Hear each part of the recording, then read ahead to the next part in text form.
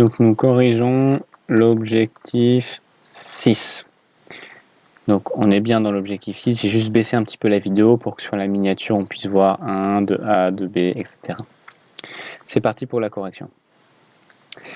On commence comme d'habitude par un décryptage de l'énoncé. On définit pour tout nombre réel x la fonction partie entière de x, donc ça c'est le nom de la fonction, qu'on note e de x. Donc e de x c'est la partie entière de x. Et tel que e de x est le plus grand nombre entier immédiatement inférieur ou égal à x. Qu'est-ce que ça veut dire? Je prends un exemple. Prenons x égale, par exemple, je ne sais pas, 5,6. Le plus grand nombre entier immédiatement inférieur ou égal à x. Eh bien, ce plus grand nombre entier, c'est 5. Donc, on va avoir e de x égale 5. 5 est bien un entier. 5 est bien un entier, c'est un entier. Et 5 est bien inférieur ou égal à 5,6. Donc on a bien un entier et bien inférieur ou égal à x. Et c'est le plus grand. C'est pas 4, ni 3, ni 2. On nous dit, on a donc pour tout réel x qui est plus grand ou égal que e de x. Tiens d'ailleurs, je vais le souligner en bleu. X est plus grand ou égal que e de x. Et puis x est plus petit que e de x plus 1. C'est-à-dire qu'on a x. Bon, je vais pas le recopier, mais simplement, si je reprends mon exemple ici, donc on a dit que e de x c'était 5, et e de x plus 1, qu'est-ce que ça va être? Ça va du coup être 5 plus 1, donc ça va être 6. Et donc dans notre exemple, on va avoir x qui est compris entre 6, celui-là, e de x plus 1, et entre 5, celui-ci. Alors juste là, l'inégalité, elle est stricte, donc voilà, on a quelque chose comme ceci. Et bien en fait, c'est simplement ce qu'on a représenté sur ce schéma. Ici, on a x, vous vous souvenez, qui vaut 5,6. Juste au-dessus, on a e de x plus 1, qui vaut 6. Et puis juste en dessous, ici, on a e de x qui vaut 5. Et ce qu'on nous demande, c'est la première question. Donc première question, et maintenant on est dans la correction. Démontrer que pour tout réel, x cette égalité est vrai. Donc ça c'est l'énoncé qui nous dit, donc ça va être notre point de départ, et ça c'est l'objectif, donc c'est notre point d'arrivée. Eh bien commençons pour répondre à cette première question par noter notre point de départ. Donc on sait que, et là je recopie ce que j'ai ici, x est plus grand ou égal à e de x, et puis il est strictement plus petit que e de x plus 1. Ah, au fait, pour ceux qui se demanderaient, pourquoi est-ce que là on a supérieur ou égal, et pourquoi est-ce que là on a strictement supérieur? D'où ça vient ça? Bon, si vous vous posez la question, demandez-moi en question individuelle. C'est pas tellement important pour résoudre ici l'exercice, donc je vais pas le détailler pour que la vidéo reste courte. Mais n'hésitez pas à me poser la question. Donc on sait que x est compris entre ça et ça. Hop, ça c'était notre point de départ. Et notre dernière phrase, donc notre point d'arrivée, ce sera de dire donc e de x est plus petit que x et plus grand strictement que x moins 1. Voilà. Donc comment on passe du point de départ au point d'arrivée? Alors, première petite chose que je fais, c'est que comme j'ai une double inégalité, ici une première et puis ici une deuxième, je vais rappeler, je vais juste dire que ça, en fait, c'est deux inégalités. C'est la première ici. Et puis, c'est aussi cette deuxième ici que je recopie. Bon, déjà, on observe un truc sympa, c'est que regardez ici. Ça, c'est une des choses qu'on veut montrer. Elle est déjà écrite là. Donc, on a juste à dire que cette première inégalité,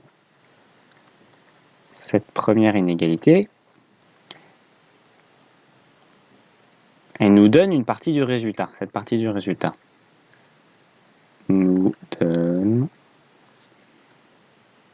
une partie du res. Res comme résultat. C'est-à-dire que e de x est inférieur ou égal à x. Bon, bah c'est sympa. Maintenant, il ne nous reste plus qu'à montrer ça. Bon, bah on va partir de ça, puis on va essayer de transformer ça pour arriver à ça. Donc, d'autre part, x est strictement plus petit que e de x plus 1. Bon, bah là j'ai x et je vais arriver à x moins 1. Bon, bah ce que je fais, c'est que ce moins 1, je vais l'ajouter dans mon inégalité. Donc, je recopie la même inégalité. Et puis, ce moins 1 là, pour passer de x à x moins 1, je me permets de l'écrire là. Est-ce que j'ai le droit de le faire? Oui, si je le fais des deux côtés, pour équilibrer l'inéquation. Et donc, on se retrouve ici avec x moins 1, et ici avec e de x tout seul, puisque ça s'annule. Ah bah c'est sympa, ça, c'est ce qu'on avait. Voilà. Donc, on a démontré ça dans ce premier point, et puis on a démontré ça dans ce deuxième point. On est arrivé, on est content, on continue. Je passe au 2. On considère la fonction f définie pour tout réel x par ceci. Elle nous demande de déterminer la limite de f de x lorsque x tend vers plus l'infini.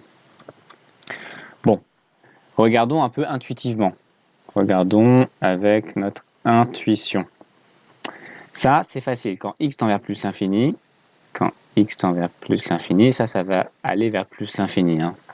Pas besoin de... On commence à trouver ça évident. Bon. Et puis e de x. Bah, e de x,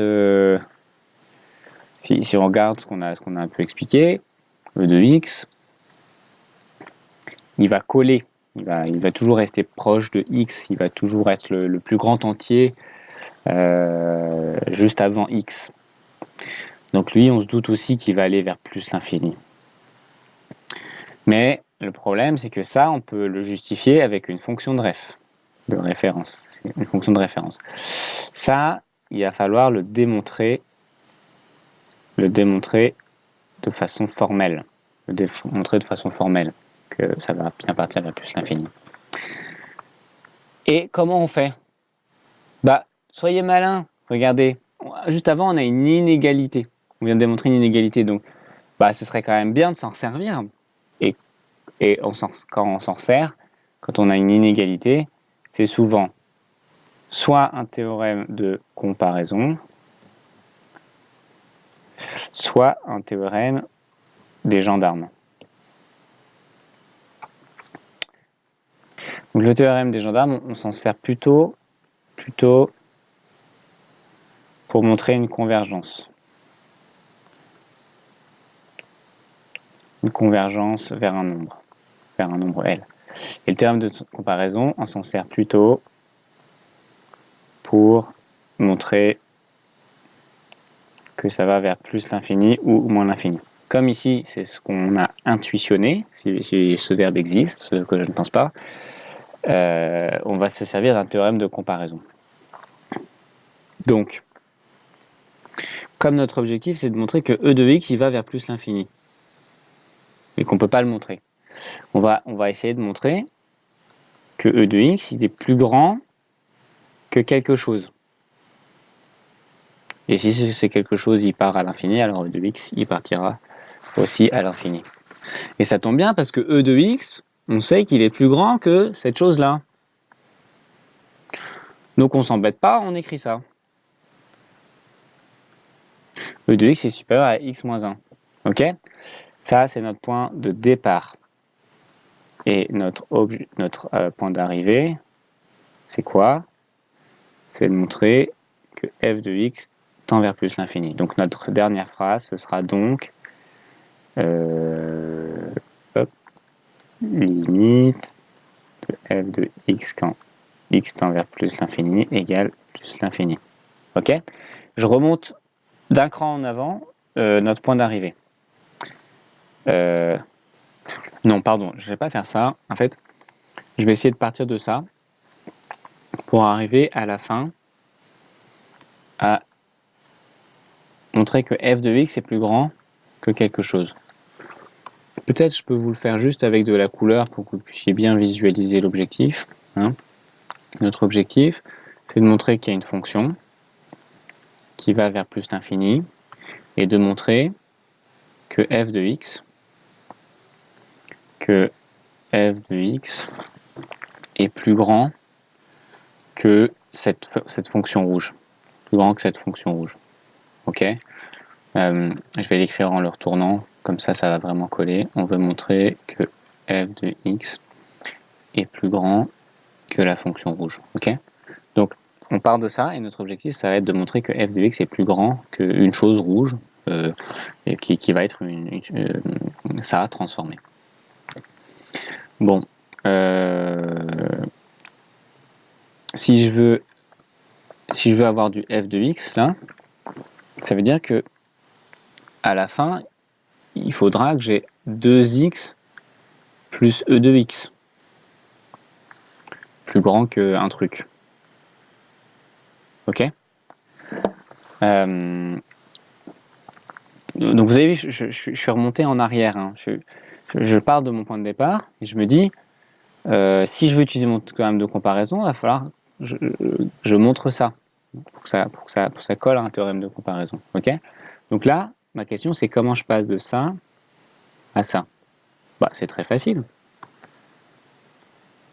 Il me suffit d'ajouter 2x. Ok? Donc, je pars de ça. Ligne d'en dessous, je recopie ça. Et je vais ajouter plus 2x ici. Et donc, pour équilibrer l'équation, j'ai écrit plus 2x. Comme mon équation est équilibrée, j'ai le droit de mettre mon équivalence.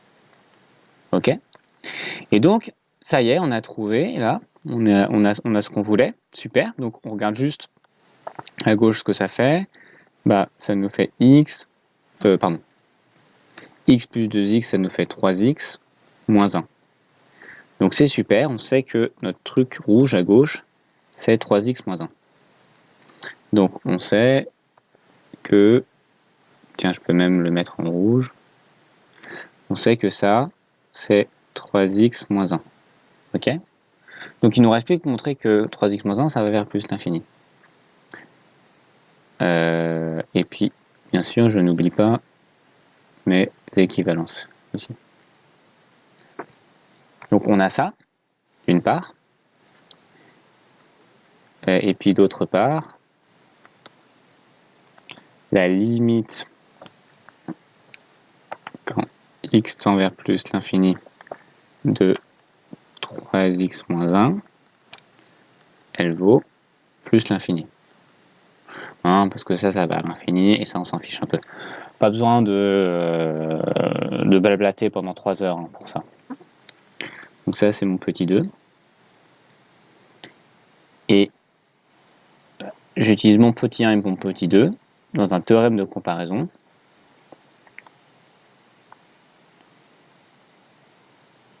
D'après 1 et 2, on a limite de f de x quand x tend vers plus l'infini égale plus l'infini par théorème de comparaison. Par théorème de comparaison.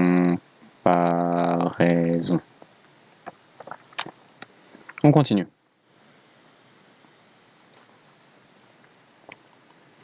Donc là, c'était le 2a. Maintenant, on fait le 2b.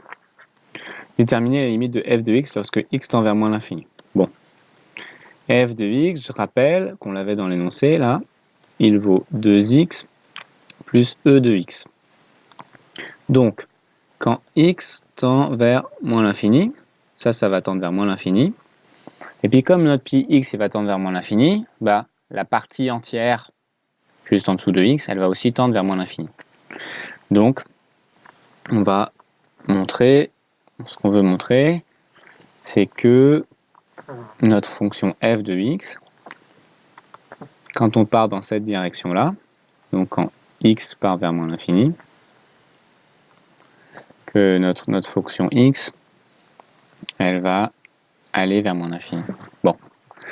On a le même problème qu'à la question 2, c'est que ça, c'est facile de montrer vers quoi ça tend par suite de référence.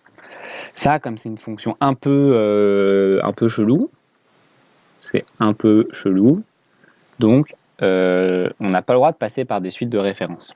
Mais on n'oublie pas que dans la première question, on a montré une inégalité, qu'on a réussi à coincer e de x entre deux trucs, donc on doit avoir un réflexe, notre réflexe, c'est qu'on va penser soit au théorème de comparaison, soit au théorème de gendarme. Et on avait dit dans la question 2 que le théorème de comparaison, c'était plutôt pour montrer une divergence vers plus l'infini ou moins l'infini. Donc regardez notre cas. Ici, c'est ce qu'on veut montrer. On veut montrer que f, elle diverge vers moins l'infini. On aurait utilisé le théorème de gendarme plutôt pour montrer une convergence vers L. Donc là, c'est pas le cas. Donc ça va être plutôt comparaison. Bon, comme on veut montrer que f, elle va vers moins l'infini, un cas de comparaison, bah, ce serait de montrer que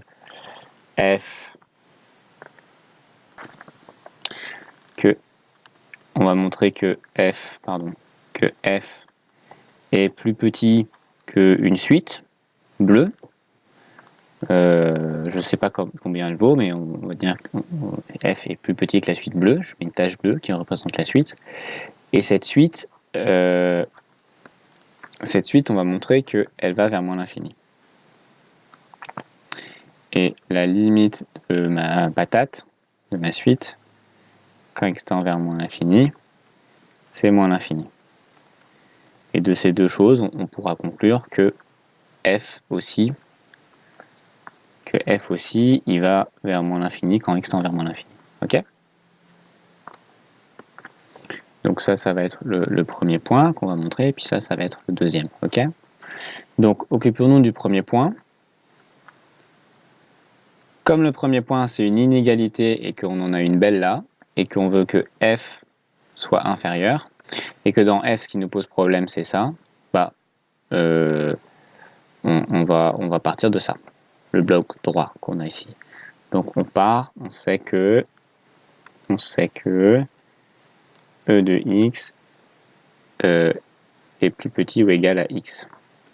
Donc on va montrer par une série d'étapes, donc ça c'est notre point de départ, et notre point d'arrivée, on va d'abord essayer de montrer ça. Notre point d'arrivée, ce sera de dire que que f est plus petit qu'un truc bleu.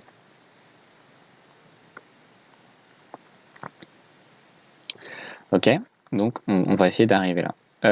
Donc on sait que e de x est plus petit que x et on va arriver à f. Ok, donc en fait ça veut dire qu'on veut arriver à, comme f ça vaut ça, on veut arriver à 2x plus e de x plus petit que ma patate bleue, plus petit que quelque chose en bleu. Ok, bon alors comment de notre point de départ e de x on arrive à tout ça? Ben, on voit qu'il faut ajouter e de x. On y va. Je rajoute, qu'il faut rajouter 2x. Je rajoute 2x ici. Donc si je rajoute 2x à droite, à gauche, pardon, forcément à droite, je vais faire la même chose.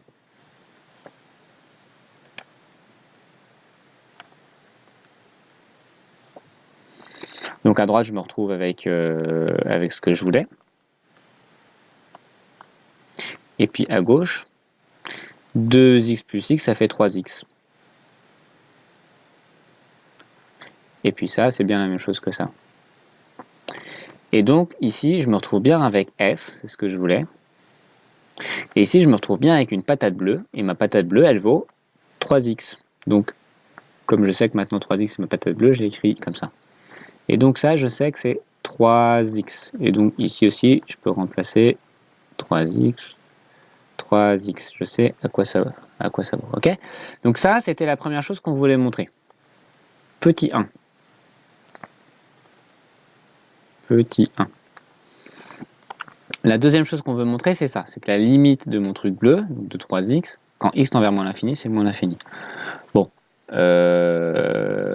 Ça, je vais claquer une suite de références et ça va marcher. Donc, d'autre part, limite quand x tend vers moins l'infini de 3x est égal à moins l'infini. Et je claque suite de références.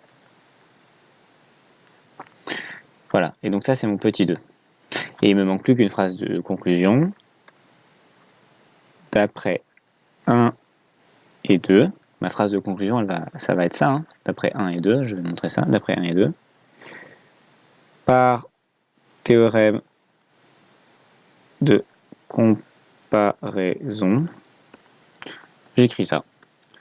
La limite quand x tend vers moins l'infini de f de x est égale à moins l'infini.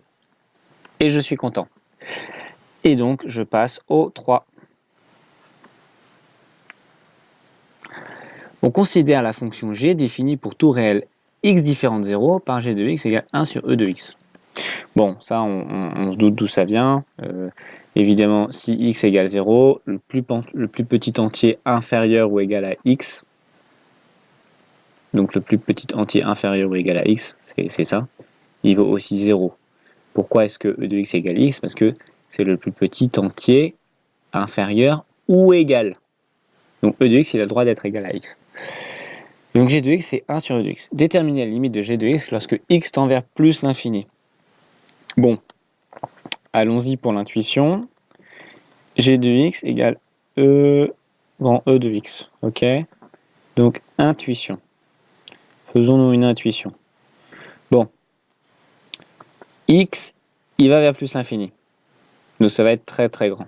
Donc on se doute que E de x, il va aussi être très très grand.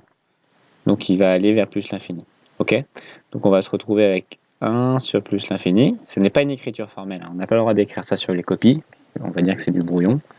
Et donc ça, la limite de ça, c'est 0. Ok? Donc notre objectif, c'est de montrer que la limite de g de x, quand x va vers plus l'infini, c'est 0. Ok? Comment je fais ça?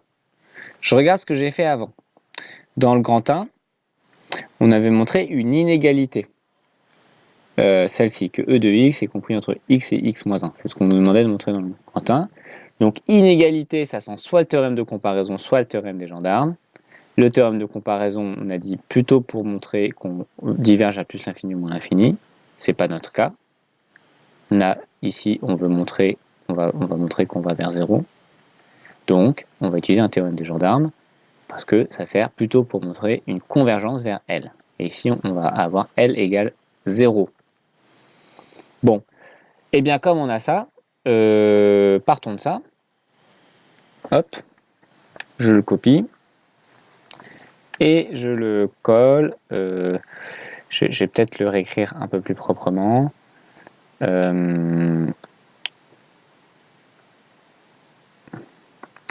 On sait que ça. On sait que x moins 1 est plus petit que e de x et que e de x est plus petit ou égal par rapport à x. Ok, donc comme j'ai recopié, je peux me permettre d'effacer ça. On part de ça. Ça, c'est d'après le 1. C'est ce qu'on avait montré dans le 1. Et pour pouvoir utiliser le théorème des gendarmes, oups. Alors ça fait peur. Tout s'efface.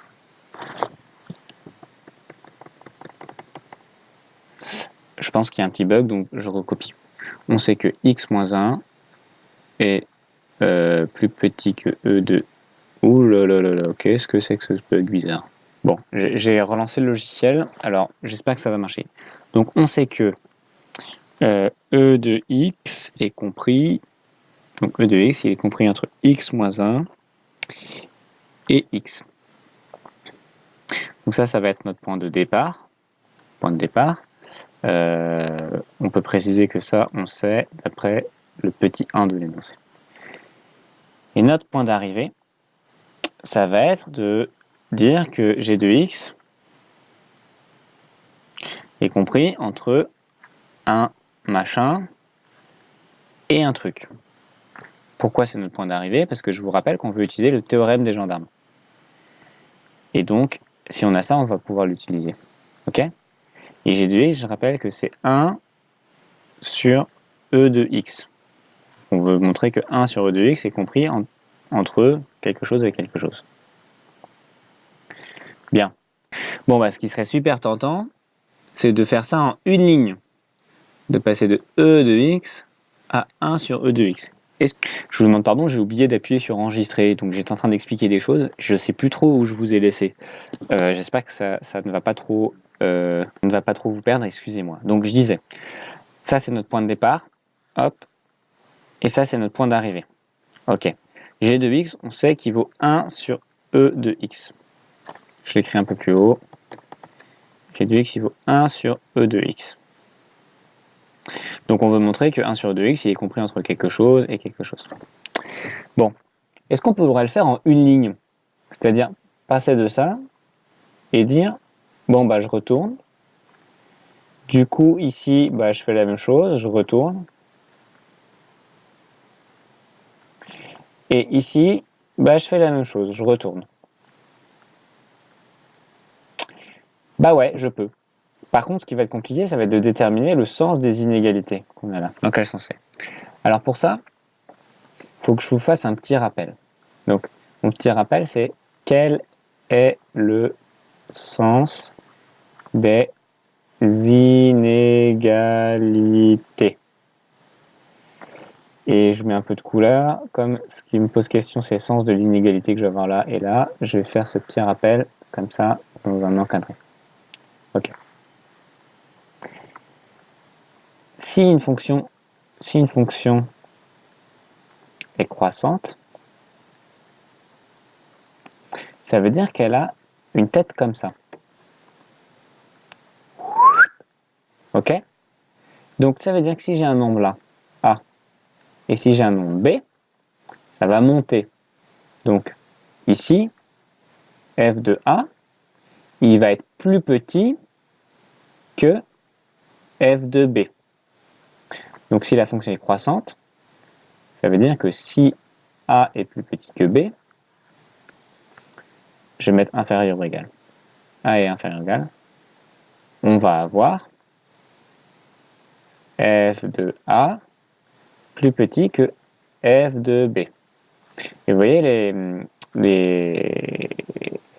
c'est dans le même sens. Par contre, si ma fonction est décroissante, si ma fonction est décroissante, ça veut dire qu'elle a une tête comme ça. Donc, si j'ai A plus petit que B, A inférieur ou égal à B, alors f de A, il sera là, et f de B, il sera là. Et on voit que f de A est au-dessus de f de B. Donc, f de A sera supérieur ou égal à f de B. Ok? Donc, ici, on avait les inégalités qui ne changeaient pas de sens. Ici, les inégalités, elles se retournent. Ok? C'est une propriété que vous avez le droit d'utiliser. quand j'ai une fonction croissante, alors quand j'applique ma fonction, là, les inégalités restent dans le même sens. Si ma fonction est décroissante, alors mes inégalités, quand j'applique ma fonction, vont changer de sens. Ok? Et maintenant, je vous dis, f, c'est la fonction 1 sur x. Ça veut dire f, elle a... Attendez, pardon. Hop. F, 1 sur x, vous savez, c'est une fonction qui a une tête comme ça. C'est bien une fonction décroissante. Ok? Donc, si je reprends ce que j'ai, ça veut dire que si j'ai a inférieur ou égal à b, je vais avoir, ici, f de a supérieur à f de b. Donc, 1 sur a supérieur à 1 sur b. Donc on voit que quand j'applique une transformation par 1 sur x, donc quand je retourne quelque chose, ça change. Et bien qu'est-ce qu'on a fait ici? On a appliqué, pour passer de là à là, une transformation par la fonction 1 sur x, la fonction inverse. Donc ça veut dire que cette inégalité, là, elle doit changer de sens. Et cette inégalité, elle doit changer de sens. Et la façon de le justifier, donc ça c'est formel, vous pouvez vraiment faire ça formel. La façon de le justifier, c'est de dire que la fonction inverse est décroissante sur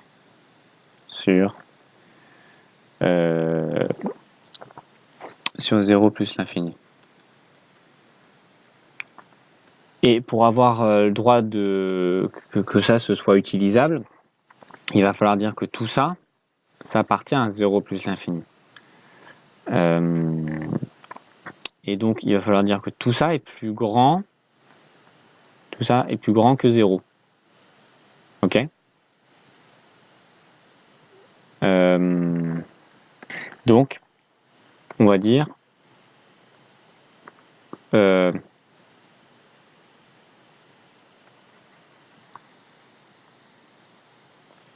considérons ici que x est strictement supérieur à 1. Si x est strictement supérieur à 1, ça c'est plus grand que 0, donc tout est plus grand que 0. Donc on est bien dans cet intervalle-là. Donc on a le droit de faire notre petite justification par la fonction inverse qui est décroissante sur 0 plus l'infini. Et du coup, quand on l'applique, hop, tout se retourne. Alors, juste simplement, là, au début, on avait l'égalité. Ici, on avait une inégalité stricte. Donc, je vais simplement la reproduire. Ici, c'est une égalité stricte. Là, on va rester sur pas sur une inégalité stricte. On le ferait si la fonction inverse était strictement décroissante. Quand on parle de fonction simplement croissante, on considère des inégalités larges. Mais quand la fonction est strictement croissante ou strictement décroissante, on a le droit de considérer ici des opérateurs strictement supérieurs ou strictement inférieurs. Bon, c'est un peu technique. Simplement, retenez que ici, comme c'est simplement décroissant, il faut qu'il y ait un inférieur ou égal, ou un supérieur ou égal. C'est pour ça que celui-ci, qui était strict, devient inférieur ou égal. Je ne vais pas le développer plus dans cette vidéo. Bon, est-ce qu'on est tiré d'affaire? Bah oui, on a bien encadré g de x entre deux choses.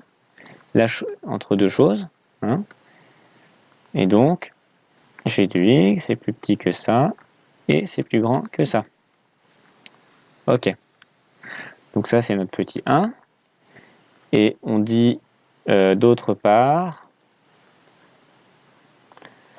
la limite de ça, on va montrer que c'est 0. On va montrer que c'est une limite 0. On va montrer que ça, c'est la limite 0 aussi, quand x tend vers plus l'infini, et que du coup, ça forcément, ça va être compris entre les deux limites. Donc la limite de ça, ce sera aussi 0. D'une part, limite quand x tend vers moins l'infini de 1 sur x moins 1 égale 0. Et la limite, donc on a montré la limite de celui-là, maintenant la limite de celui-là, limite de 1 sur x, quand x tend vers plus l'infini, égale 0. Bon, donc on a ça, et on a ça. Et on va dire 2, 1 et 2, et par théorème des gendarmes, la limite de g de x quand x tend vers plus l'infini est égale à 0. C'est ce qu'on voulait montrer.